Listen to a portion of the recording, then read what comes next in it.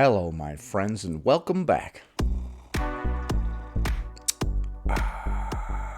Today, we're going to be taking a look at a clip of GlitterAndLazers accusing AI of being fatphobic.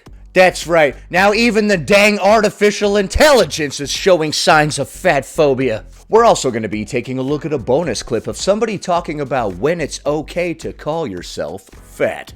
Before we proceed, please click the like button so that I may apply comb to mustache.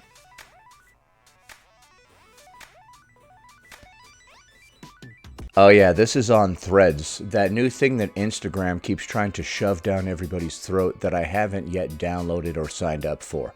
Here's a great example of how OpenAI still has a ton of bias. I gave the Canva OpenAI plugin the following prompt. I need a YouTube thumbnail using these images for a YouTube video that is a plus-size fall clothing haul from JCPenney. Okay, I didn't know we could use AI for that. The result I got in the comments. Okay, here are the photos. A couple of very lovely photos indeed. This picture says, "Which way to the little girl's room?" This one is like, whoops. Alright, I don't know what to make of the smiles on these photos. I'll help you create a YouTube thumbnail for a plus-size fall clothing haul from JCPenney using these images. I'll generate a design that highlights both outfits and reflects the fall theme. Let me work on that for you. How many times does it tell you that it's going to do the thing that you asked it to do? Here is a design for your YouTube thumbnail featuring the plus-size fall clothing haul from JCPenney. Oh no, it's got a pic of an angry obese person. I guess she's mad at that because she says, yeah, so we're probably not going to be using the Canva generative plugin again. At Canva and at OpenAI, maybe train your algorithm with non-fatphobic content. Thanks. Okay, so this picture of the obese woman looking angry and pointing is fatphobic. I did not know that. Let's take a look. So, it literally didn't even use your pictures? Now, if that ain't the most fatphobic! She gave it 2 photos of herself, and it just used some random picture of an angry obese woman with the pointing finger. It just shows, like, Nikocado avocado or some crap, and you're like, damn it, AI! Fall fashion trends for plus-size women. Stylish looks from JCPenney's collection. I see nothing wrong with this photo. What's the problem? Now I'm like, should I try using the thumbnail for science and see how it does? Yes, you should. Come on, this perfectly encapsulates a plus-size fall clothing haul try-on. Fall clothing haul. Is that? I don't know anything, okay? I don't give a crap about clothes, alright? Update. I tried removing the phrase plus size from the prompt, and this what I got. I am pretty sure there is some unknown beef between JCPenney and OpenAI. I am cackling. Okay, so now it shows a front loader dumping sand into a dumpster. That is exactly what I think of when I think of plus-size clothing haul. Fashion finds at JCPenney. Fall wardrobe essentials. What? Dude, is she BSing or what? Why would it show you a pic of a front loader dumping sand into a dumpster? Alright, now we're going to take a look at the comments. Lonzo says, this sucks, but it's also comedy platinum, so I'm honestly torn. I like it. I think it's funny. Katerina Veronica says, I'm not disagreeing with the fat phobia even remotely, but I will say, I've seen nothing but dog shit come from Canva's AI prompt. Dude, those AI prompts are nonsense in general. I told it to build me the perfect man with a mustache, and it didn't even show me an image of myself. What the hell? Stupid AI. Laura says she looks angry and aggressive because she wants great-looking clothes with a reasonable size in-store selection along with consistent, inclusive sizing. You know, this person gets it, okay? This person gets it. This person says, I am a ML researcher and I do research, okay, about fairness and generally responsible AI. Unfortunately, the web is full of biased data. The algorithms learn from that kind of data that they are fed with. But many scientists like me, exist who try to mitigate the bias in data. The research community is aware of such outcomes, and we are doing our best to fix it. What are you even talking about? I have the feeling this person doesn't have a job at all, and they completely made up all of that. Many scientists, like me, The Emma Martins said, "I'm sorry, but this made me laugh. What is that generated photo? But also, JCPenney plus size haul? We'll be watching." Alright, personally, I don't think the AI is fat phobic. I think it just sucks. Right? It's just not very good. Plus size clothing haul equals angry obese woman pointing at the camera. Or plus size clothing haul equals front loader dumping sand into a dumpster. That's usually what I think of when I think of plus size clothing haul. I think of like a backhoe, maybe a couple haul trucks, you know? I think of laying down a foundation for a building. Alright, so like I said, I don't think it's fat phobic, I think it just sucks. Next, this person's going to be responding to this comment that reads, "How do you know when it's okay to call yourself fat? I gained like 50% more body weight, and it's been an adjustment, but I don't really notice it unless..." So, when is it okay to call yourself fat? This is a great question, and one that a lot of people I think are afraid to ask, so thanks for asking. I want to start out by saying that only you can really decide your own identity. It's really bizarre that we live in a time when people are like, when can I call myself fat? When is it appropriate? Like, this is a bizarre conversation to begin with. Imagine this conversation 10 years ago, right? Like how silly it would have been. I must be living in the past, man, because it's still silly as hell to me. So ultimately, the decision is up to you. But I want to start out by... Well, I mean, I've been wanting to call myself fat for quite a while now, but I just don't have the courage to take that first step, you know? I saw Becky living her best obese life, and I was very inspired and motivated by that, so I thought, perhaps I too can embrace the term fat. I'm sorry, I'm just gonna go on and on and on, dude, if you let me. Talking a little bit about what being fat is and what it isn't. So first off, fat is not a feeling. Oh, okay.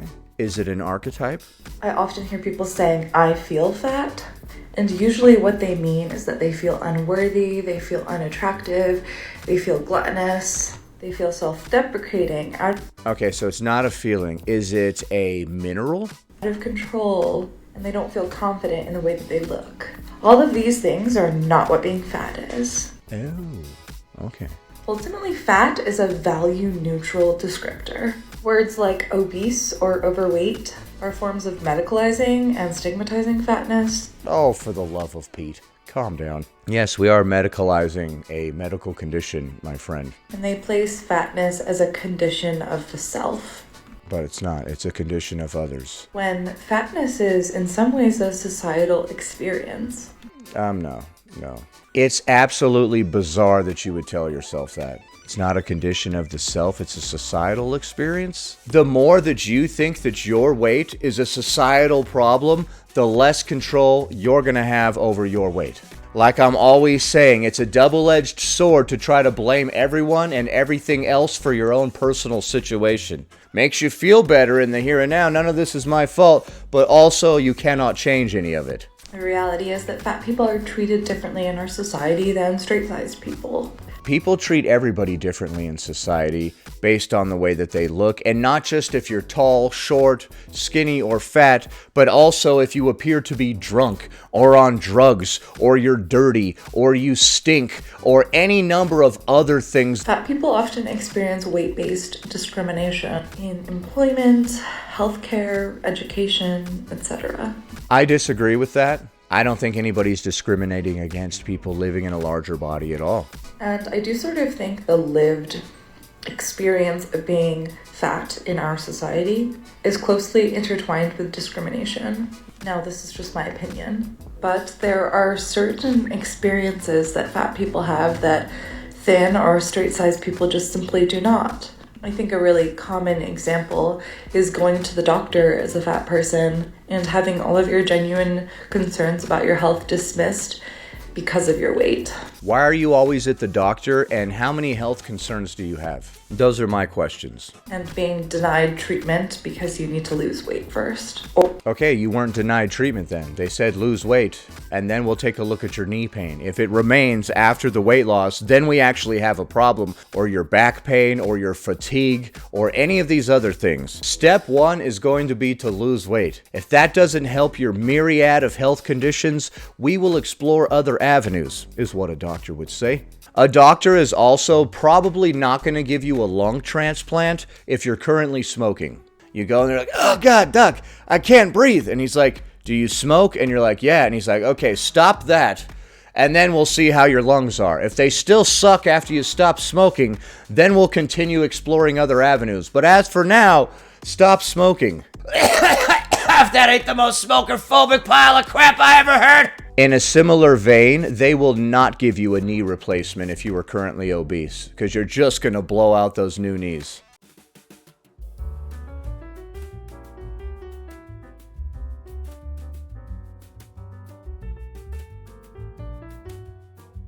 Or the fact that our medical treatment doesn't study the way certain things impact larger bodies. So things like doses, needle sizes, and efficacy of medication is just not studied on our bodies. I'm pretty sure they've done studies on all of those things on people living in a larger body. I don't know what you're talking about. They literally have longer needles and stuff for the obese specifically.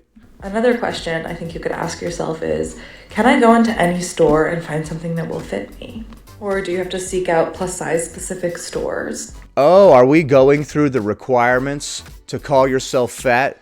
Like if you can't find your size in the store, if the doctor fat shames you, etc.? Is that what we're doing right here? If you can find your size in store, you ain't even fat. If the doctor doesn't start screaming at you as soon as you walk into his office, man, you ain't even living in a larger body. If you could still breathe without the assistance of an oxygen tube. If you can get up off the couch with less than 3 rocks. If people do not stare at you in the grocery store. Sorry, I could go on and on. Because most places just don't consider your body type. Has the word fat been hurled at you on the street? Yes.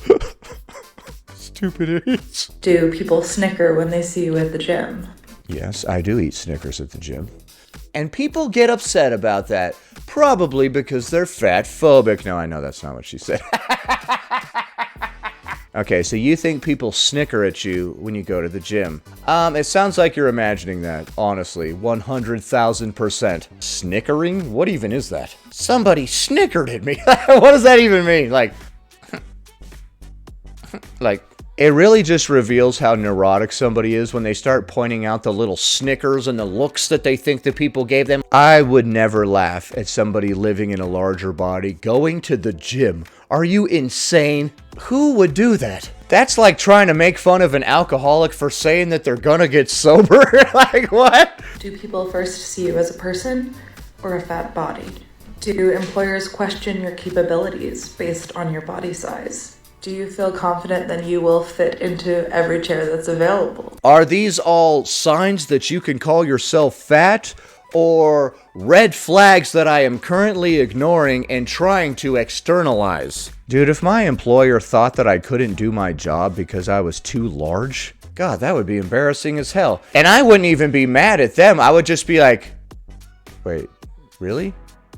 You're being serious? Like, you honestly think that I'm too large to do the job? Confident that you will fit into every chair that's available. Okay, so when I am too large to fit into chairs, then I may call myself fat. Okay, there's a lot of horrible stuff that we have to go through to finally earn the moniker of fat. When you're at an event and they're handing out free t-shirts, do they have your size? Can you share clothes with your friends? If they're just as liberated as you are. Does the person next to you on the plane look grumpy and angry that they got seated next to you? With any other area of life, all of these would be considered red flags, showing us that we need to change. And fat acceptance, they try to turn it around and use all of these as proof that you are marginalized and that the whole world is the one with the problem. I can't fit into chairs. I have trouble at the doctor. My employer thinks I'm incompetent. The solution to all of this? is to change the whole world. Even though the common denominator in all of these situations is me. And finally, does calling yourself fat feel liberating? Or does it feel like assuming a label that doesn't quite fit? It feels dumb. For me, fat is just what I For me. am right now in this moment. When people on the street see me, they see a fat person. Okay. And that's okay, but it is what they see. I think some of these questions might...